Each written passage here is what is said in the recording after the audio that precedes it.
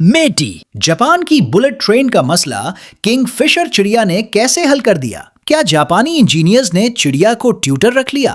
MeToo صحیح کہا۔ King فشر چڑیا نے جاپانی انجینئرز کا بڑا مسئلہ ایک دن کی ٹیوشن میں ہی حل کر دیا، اور وہ بھی بغیر کسی فیس کے۔ ہوا یوں، جب جاپان میں بلٹ ٹرین ٹنل میں داخل ہوتی تو آگے موجود ہوا شدید دباؤ میں آ جاتی۔ ٹنل سے باہر نکلتے وقت یہ دباؤ اچانک خارج ہوتا تو زوردار دھماکے جیسی آواز پیدا ہوتی۔ جاپانی انجینئر ایجی ناکاتاسو نہ صرف ٹرین ڈیزائنر تھے بلکہ پرندوں کے شوقین بھی تھے۔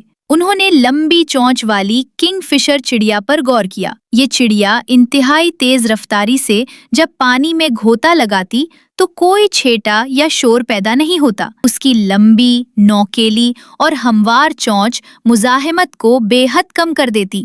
بلٹ ٹرین کا فرنٹ کنگ فشر کی چونچ جیسا بنانے سے سارا مسئلہ ہی حل ہو گیا۔ نہ صرف شور کا خاتمہ ہوا بلکہ رفتار مزید تیز اور توانائی کی بچت بھی شروع ہو گئی۔ اچھا، ایسے ہوتا؟ جی ہاں، ایسے ہی ہوتا۔